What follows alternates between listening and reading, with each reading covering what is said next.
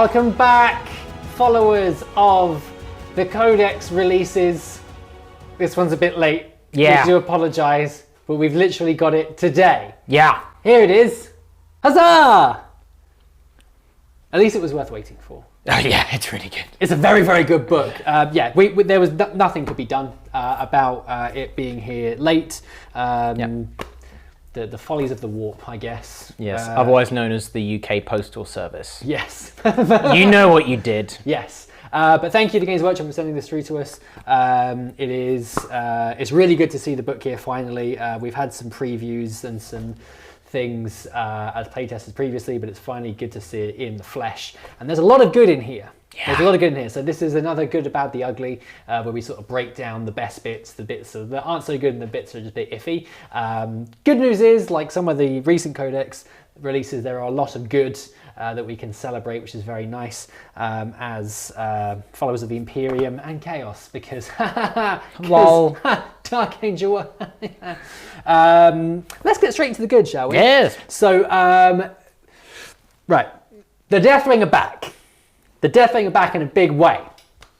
Huge. The Inner Circle has found its way into the infantry and the characters of the Dark Angels, but Deathwing especially have got some really nice buffs. Oh yeah, yeah. So it's it definitely boils down to the Inner Circle ability.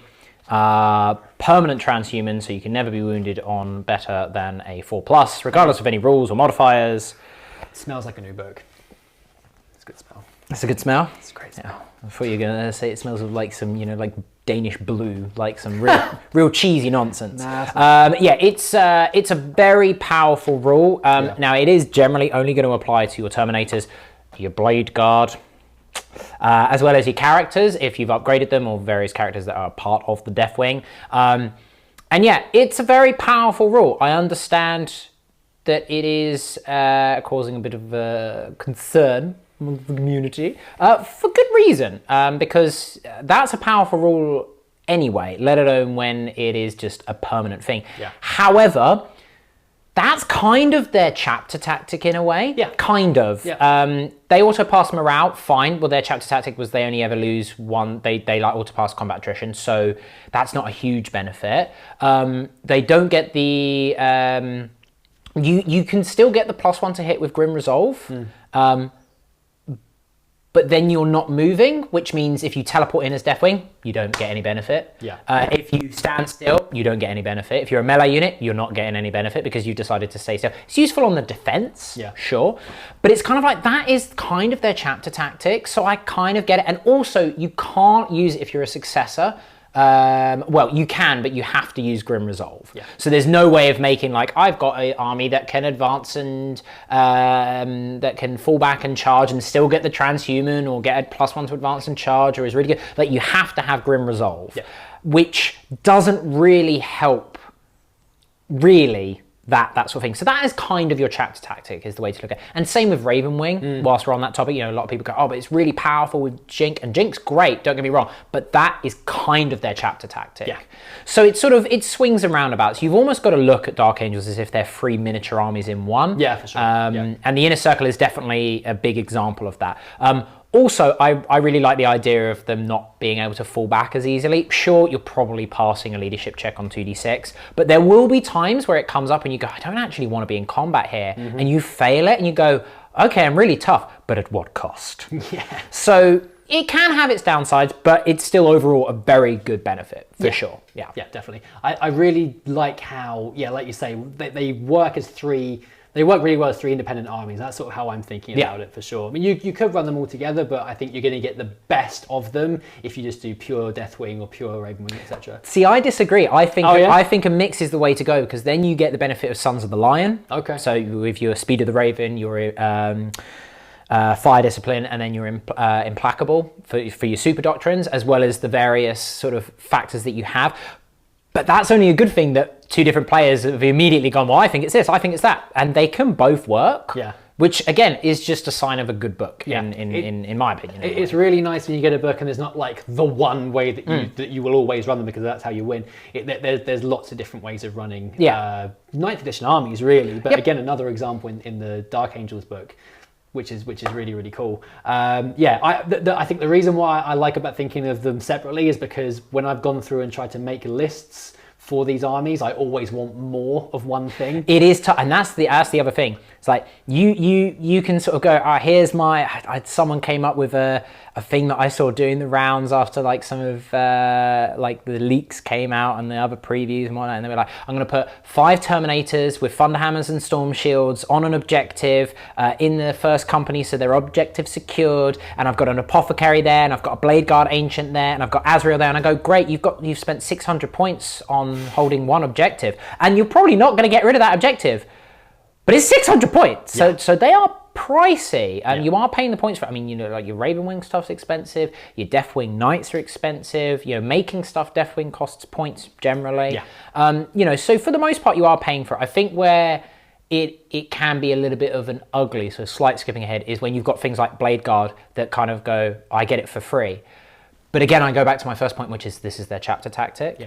So I kind of get what you mean about you go like, I want more of the good stuff. But again, that just makes it interesting to write lists with the book. You can go really, really all in on one of the sort of wings, the free wings, or you can run a combination, which is, you know, it's a lot of fun to sort of see the lists that are coming out as well, which is really cool. Going back slightly to the Deathwing Knights, I like them a lot. The Mates of Absolution is fantastic. It's really good. It's a Thunderhammer without the -1 to hit. Yeah, it's They're great. very good. Yeah, it's really good. They're a really solid unit as well. Weapons Guild too. Yeah. Look, this is the thing. They've got a really nice bit of flavour back to them again. They suffered quite a lot in 8th edition, really, as did Marines in general for the early sort of parts. And then they got Ritual of the Damned, and it helped a little bit, but not massively. I think now they feel properly fleshed out, and you can definitely see some real scary armies on the field with them, for sure. Awesome. Well, let's take a little bit of a deeper look into some of the other good bits of this book. Okay, so we're going to have a quick look at a few specific things. The first one I want to cover is Interromancy. It is one of the best psychic disciplines that has ever been written. It's amazingly powerful. One, what a cool name, Interromancy, and going through a list of psychic powers and not knowing which one to choose because they're all so good is awesome. It's so exciting. So I picked one that I like the best. We won't go through all of them here, but I just want to go through a couple. So Engulfing Fear, it's Warp Charge 7, and you cast it on an enemy unit within 24 inches of yourself, and 3 things happen. So you subtract 1 from leadership. That's kind of cool, like it can do stuff every now and again.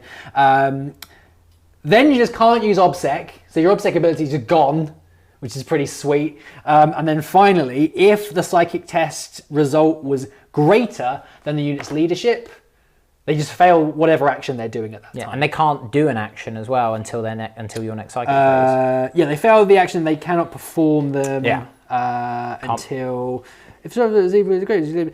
cannot perform actions. Can't perform actions if it's can't you're doing when it fails. Yeah, which is really cool. Yeah. So I mean, you'll need to get that warp charge off before the -1 leadership. Yes. Because it's kind of retroactive. But against some armies, especially armies that want to do like banners. Yeah. Or I'm going to deploy scramblers. Yeah. Or I'm going to be doing a scanner. Or investigate sites. They're usually being done by infantry that has leadership 6 or 7. Mm-hmm. You've got a good chance of just going no. Yeah. And also, importantly, it's turning off OBSEC. Yeah. Turning off OBSEC is so strong. Massive. It's so strong. And this is the thing with the Interromancy discipline. Every power is good. Every power has its purpose. It's like what you say, you look at it and you kind of go, I almost want to take 2 librarians. Like, they're that good. I would probably agree Engulfing Fear is my favorite because the power of turning off OBSEC can turn a game on its head, as can the action turning off. Yeah. If I was to pick a second one, it would be, what is it? Mindworm? Is it Mindworm? Mindworm or, no, Mind Wipe. You just go, no aura. Yeah.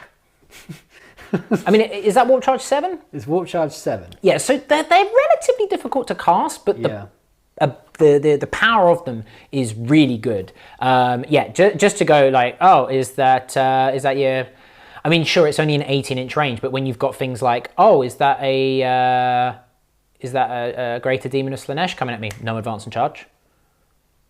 It's massive. It's huge. Now, the Greater Demon will probably be able to charge her because she's fast. Yeah. But the demonettes around her probably won't now. Yeah. Because they go, oh no, what do I do? You come up against, here's my 10-man unit of Blight Lords with an Apothecary nearby. Yeah, none of that. No shrug. It's pretty tasty. Like it's really like there's a lot of cerebral powers. There's not. I mean, there's one mortal wound dealing power, and even that's really good because it's basically a smite, but you've got more chance of getting like a flat free, which is good, I think, mathematically. But all of the powers revolve around just going like, really causing mayhem with your opponent's plans, which I'm a massive fan of. It's very Dark Angels thing. Yeah, it's very cool. Yeah. Interromancy, I agree, is just it's a beautiful really power cool. set. I think Ezekiel, his rules have changed quite a bit in this book. We won't cover it right now, but I think he gets a +1 to Interromancy. He does, yeah. And really you nice. would probably take him every time. Yeah. Because of that. I think he's like 10 points more than a normal librarian with Chief Librarian, because he's Chief Librarian. I think he's like 10, 15 points more, but he's better in combat. He gives an aura of your shock assault is always on. He's got like a mastercrafted bolt pistol. He's got extra attacks. He's got extra weapon skill. He's in a circle. I think all librarians are Deathwing anyway. But the +1 to the Interromancy for like 10, 15 points more. You just go, he's almost an auto take. Beautiful thing. If you're looking at librarians, it's great. Shame he's got an old model, but there you go. We'll get into that later on as well. Also, another thing that is maybe even more exciting is that the Warlord traits, again, are all quite good. Yeah, there's a couple that make me go, meh, maybe not. That's always the way. But that's always the way. But again, like we've sort of said this before, there's times where you look at Warlord traits and you go, that's okay, but that one's the obvious one. I look at that and I kind of go, there's 3 or 4 that I would want. Yeah. Like, do I want to spend that many CP to get them? Maybe if it's part of my game plan. Yeah. But again, there's a few really good, like +1 advance and charge is great. The +1 strength in your aura when you charge an advance, is it charge or get charged or heroically intervene? Fury of the Lion? Fury of the Lion. +1 strength. Charge was charge or heroic intervention. Yeah, it's like that makes charging a battle line of Dark Angels really dangerous because 1, they'll get Grim Resolve for the +1 to hit. Yep. 2, they're going to get +1 strength. And then next turn, chances are, if they're Green Wing, they're just going to shoot you in the face anyway. Delightful. It's really good. So there's a lot of potency there. I mean, brilliant strategy. Is it Stubborn Defiance or Stubborn... Stubborn... I just don't die. Stubborn Tenacity. I just don't die until the end of a turn is just hilarious. As long as you don't explode. So yeah, Talon Master basically. So again, there's a lot of interesting Warlord traits which do make you look at them and you kind of go, okay, cool. Yeah. Like these are, I'm not gravitating towards this one Arch Contaminator every game, Mr. Bone. Yeah. Or Beacon of Faith, Mr. Beard. It's also quite nice to see that some of the characters given Warlord traits are a bit more to their character. For example, Samael previously had Brilliant Strategist, which was fine, but now he has Master of Maneuver, which means that he can fall back and shoot and charge, which makes far more sense. Yeah, it's really cool. And one more I'd like to cover real quick. There's 2 Deathwing Warlord traits. One of them is called Watched, which is a great name. But once per battle, when your opponent successfully casts a psychic power, you just turn it off, regardless of where you are on the board, and you don't roll any dice. It just happens. Like, no. Yeah. Gate of Infinity, Lawrence. No. Doom? No. Twilight Pathways, me on that 6-man unit bikes? No, get out of here. That's huge. Like, it's one of those it's one of those traits where you look at it and you go, okay, it won't come up every game, but there will be games where it literally destroys the opponent's game plan. Turn 1 to jump. Nope. Yeah. Sorry. Not happening. So there's all kinds of, here's a super smite with a unit of 6 zone throats that's going to do D6 plus flat 3 mortal wounds. No, not today. Yeah. Like, it may not come up every game, but the games when it does is going to be so important. And again, that kind of just leans into the whole thing of, I look at the Warlord traits and go, they're all useful in some way, barring 1 or 2. And that's much better than we've seen previously, where it has generally been, there's like one or two that are the best, and you're not going to look at anything else. Yeah. So yeah, big thumbs up there. Very cool. Nothing huge we want to really cover too much about the relics. Again, we don't want to give everything away, so we want to let you Dark Angels players have a look through this yourself. We're going to go into a little bit more detail about the Death Watch, Deathwing, and the Raven Wing. We've already had Death Watch. Yeah. No more Death Watch. It's Dark Angel time. So the Raven Wing. We like the Raven Wing anyway. I like the Raven Wing. Yeah. Yeah. So I just like the idea of sort of mounted armies and like fast armies and sort of that knightly thing, and they're really good for that. Yeah, Black Knights are expensive, but they're very good. They're good. Yeah. They're good. And having access to Jink now on all of your speeders, all of your other bikes. It's nice. It is nice. It's real nice. It's a good example of an army that's got really good speed and ball control, so you can just outmaneuver some armies to an extent, but also you've got some stratagems where you can really boost up the power of the plasma weapons as well. Yep. So if you're facing something like Death Guard, for instance, one of those armies that everyone's scratching their heads about, normally if you're using your overcharged plasma on your Deathwing Knights, for instance, you just don't. You don't. Unless you've got a stratagem which allows you to give you +1 damage. Yeah. All of a sudden, it's game on. Yeah. It's potent. Yeah. It's potent stuff. It's really, really cool. And now they've got access to things like, well, they had access to the Outriders anyway, but then the new land speeder Stormers and things like that. You've just got far more options for your fast moving units. You've got OBSEC on the Outriders, OBSEC on your normal bikes as well, which is really nice. If you're in the second company. Yes. If you're in the Outrider sort of, and it's Raven Wing only. Yeah. Which is what you would do at that stage. Yeah. Yeah. I think they're all overall very solid. Yeah, I don't really have anything else to say. Like they're just good. They're just good. Like they have a lot of options. They've got a lot of stratagems. Like definitely only have like 2 stratagems, don't they? Raven Wing have the vast majority of stratagems in the book. Interestingly, Green Wing and Deathwing don't have a lot at all. Raven Wing have the vast majority. But you know what? I'm kind of okay with it, because you Green Wing, you go, sure. I mean, you're Marines, right? That's what your main codex is for. Deathwing, you don't need stratagems because you have a permanent transhuman. Yeah. So like again, that's another sort of aspect of it, is like you're actually paying quite a lot in terms of flexibility for it. And what they have is very good, don't get me wrong. Like +1 to wound on the turn they deep strike. Yeah. Great. +1 to wound and an extra AP on your Deathwing Knights. Really, really strong. Yeah. But your Raven Wing have a lot more of the tricksy stuff. You know, they've got the things like I can have a 4-up in bun, even if I've not jinked. If I've not advanced, rather. I can move pre-game. I can move instead of consolidating. I can move twice, but I don't get to shoot. But in a game about ball control, if you've got a unit of OBSEC bikers, you might just go, yeah, I'll spend the 2 CP and go, bang, there you go. No primary for you. Yeah. Next turn you go, oh no. Like you use the Raven Wing very differently to the Deathwing. The Deathwing are your hammer. Yeah. And the Raven Wing are kind of like your scalpel.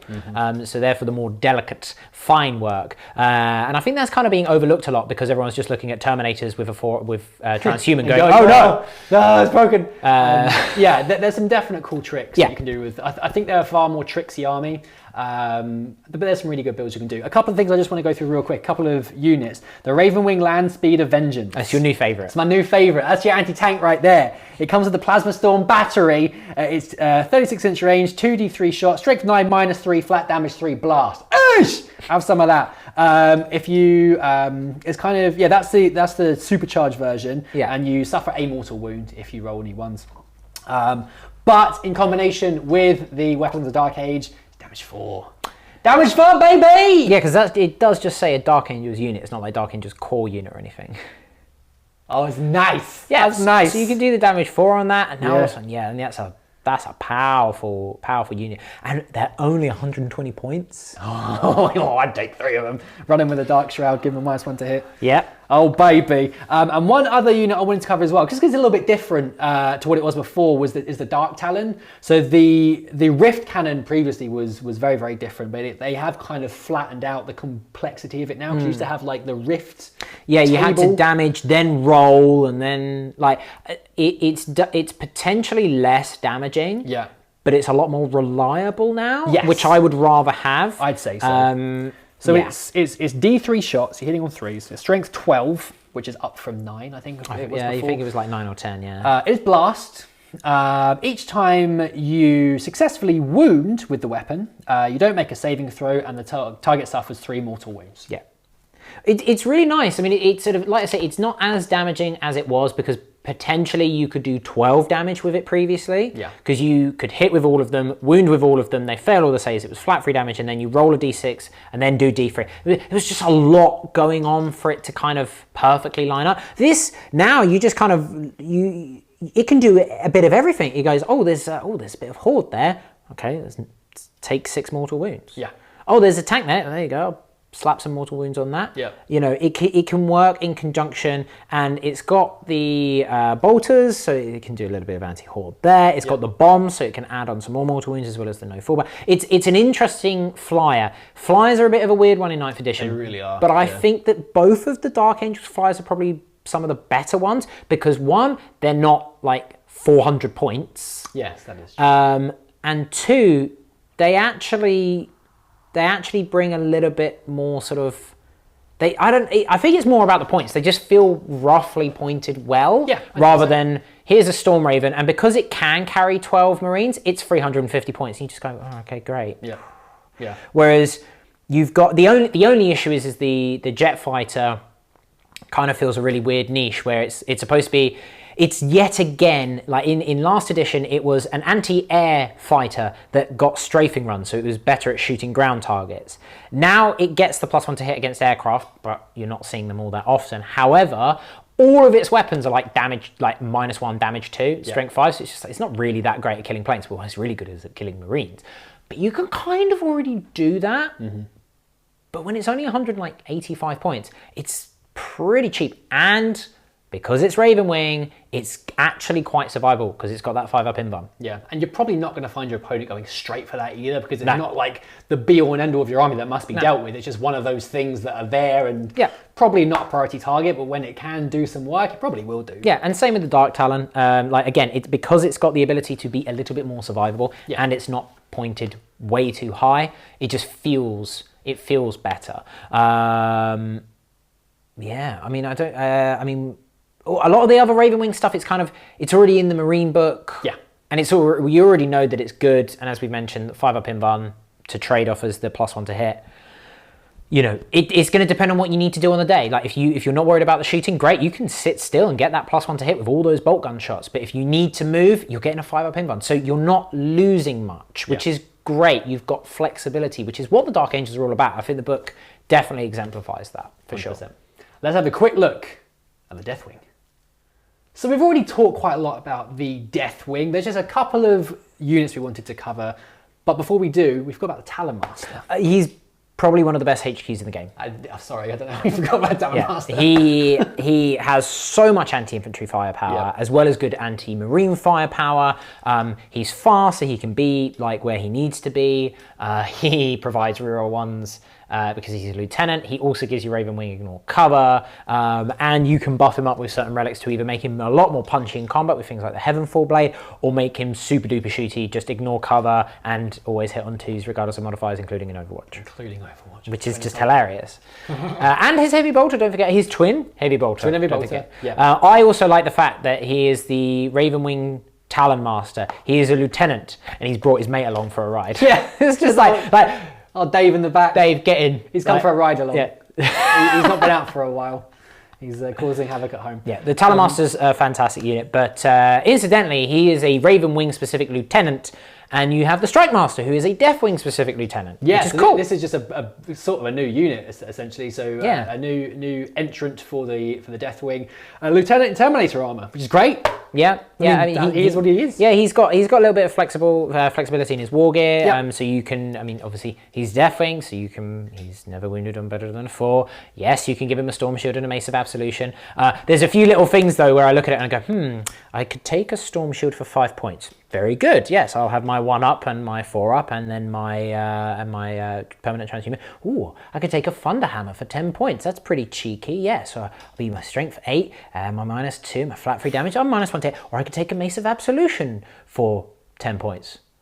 without the -1. Okay, I'll take that. It's like, just don't bother including the Thunder Hammer at that stage, or make it like 8 points or something. You know, make it slightly cheaper. Yeah. It's just little things like that where you kind of go, fine, give me the mace. Yeah. Give me that mace. That mace is absolutely. And yeah, otherwise he's a lieutenant with all the inherent advantages of being in Terminator armor. Yeah. You know, so he's 1 inch slower, but gets a built-in invuln and a 2-up save and an extra wound and a deep strike and all that sort of funky stuff. So. Yeah, he's good. He's good. And then there's Belial, who's just a bit of a beast, really. He's a bad man.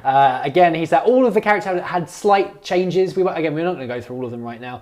But Belial for the Deathwing is really, really good. So he's a pseudo chapter master, so he's going to grant a core unit, reroll all of your things. Yeah, for your Deathwing core units, which is all of them. Yeah, basically, which is pretty nice. He's gonna himself. He is a bit of a beast. He's -1 to hit. His sword the sword of. Is it the sword of silence? Sword of silence. That's it. He wounds everything but vehicles on a 2. He's flat 3 damage. He's like strength 6 or something. Yeah, he's strength 6. But he's wounding most things on 2s other than vehicles. But even then, against vehicles, he's strength 6. Pretty sure it's -4. Yeah, it's -4. It's flat 3 damage. Yeah, he's very good. I mean, again, it's one of those ones where you go, well, if you were taking a Terminator captain and you were going to make them a chapter master, just take Belial. Yeah. Oh, and his Stormbolter's mastercrafted with AP1 and damage 2, because that's cool. Boom, boom, boom, boom. He's great. Yeah, he's really good. Yeah, he's really anyone good. with the veteran models, I guess everything represented in here is probably a bit better than they were before. There's some really cool changes, like with Ezekiel, with Belial, Azrael as well. Like, there's some really, really nice changes to some of the units. So anyone with existing models will be very, very pleased indeed. So that's all the goods. We're going to go over the bad and the ugly at the same time, because luckily there's not a lot. Okay. We'll move on to that just in a minute. And we come on to the bad. There's not that much, and it's kind of nitpicky stuff, to be honest. Sure. So my first bad, Azrael got some really good changes to his rules, but he didn't get a new model, which makes you really sad. This Lazarus fella's turned up. I just really wish Azrael had a new model, because they've improved him to such an extent that he kind of deserves one. He's the same amount of points he was before, but he's just so much better. His Lion's Wrath weapon doesn't kill himself anymore, which is nice. And it's mastercraft, so it's kind of always overcharging, which is nice. His Sword of Secrets is better than it was before. He is in a circle, so he's got the transhuman off. He's got 4-up invulnerable save. He's a chapter master. Once per battle, he could just deny a power. He can do a deny the witch once per battle. You can re-roll it if you're doing it against chaos, which is really cool. You get +2 command points for taking him. He's just a weapon. He's really good. He's pricey. He is pricey. Yeah. I think he's only like 5 points cheaper than Dante. Yeah. He's 170, I think. Yeah, but I think he's better than Dante. I think so too. And the aura to give. The Lion Helm. Bikers a 4-up invulnerable save. Hello. Yeah, strong. Yeah, pretty sweet. So he's a great model. It's a shame he's got the old model. I think that's just a general thing for the new releases, is anything that kind of had an old model, especially a fine cast model. It's just like, I kind of get it where you go like, okay, Lazarus, he's a new Primaris captain. Just make Azrael Primaris. Yeah. Like, you've done it with Ragnar. Yeah. You did it with Primanius Calgar. Yeah. Like, just do it with Azrael. Do it with Dante. Yeah. Like, at least they got a model with Ritual of the Damned. Yeah. Blood of Baal, Blood Angels didn't get anything. That's true. Like, they got Mephiston, forgive me. They did get Primaris Mephiston. But again, it's one of those things that, well, he's a classic character. Mm-hmm. Like, Ragnar is a classic character. Mm-hmm. Who's this Lazarus? You know, he's okay. Like, he has a place, I think. Especially if you're worried about, like, you know, here's my army of Deathwing with 4-up invuns and 1-up saves and 4-up transhuman, and then you come up against like Thousand Suns or, you know, something that does a bunch of mortal wounds, and then you got Lazarus behind holding up his helmet going, 5-up strong! Fear the helm! But it's kind of, doesn't come up often. Yeah. But yeah, it's just a bit, again, like you say, it's nitpicky though, that we're sort of, that are bad is that there's no real new models. whilst we're also on the back of Space Marines having, you know, a whole new codex with a whole bunch of new models that they get access to.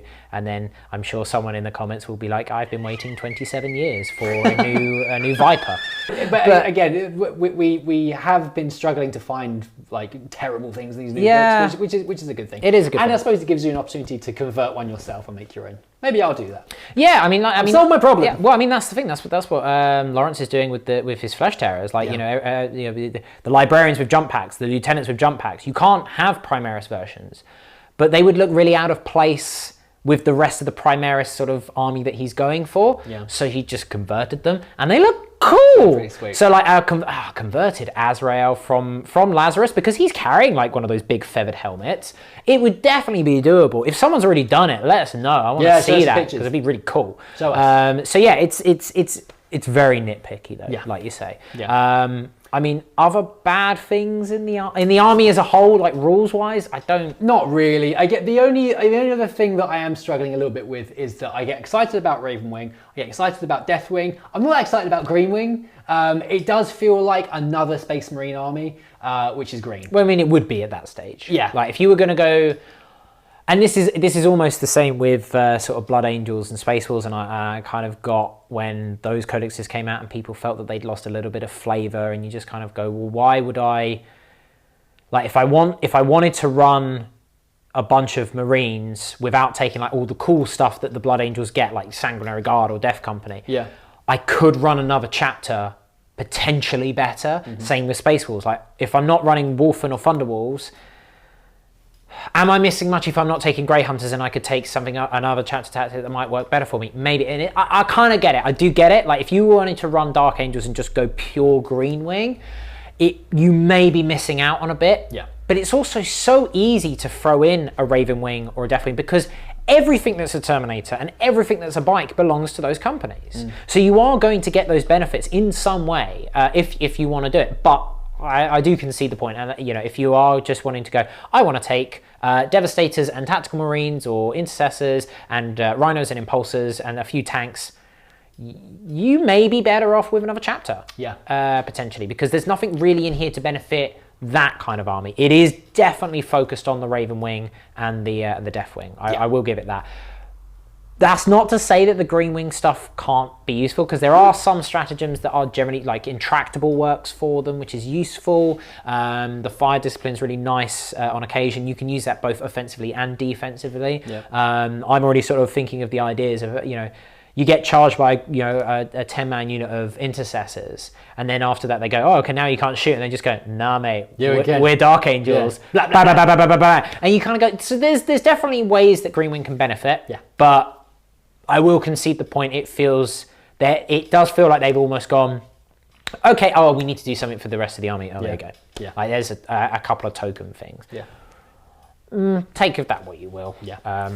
Yeah, I agree. And again, uglies wise, it's much the same, really. Kind of, yeah. They almost blend into one. Yeah, I suppose the only thing that's a bit sad is, again, the Deathwing and the Greenwing don't really have a huge amount of stratagems. But as you've already explained before, they've already got a lot of really cool stuff. So they don't necessarily need extra stuff as well. They've already got access to all the Space Marine stratagems.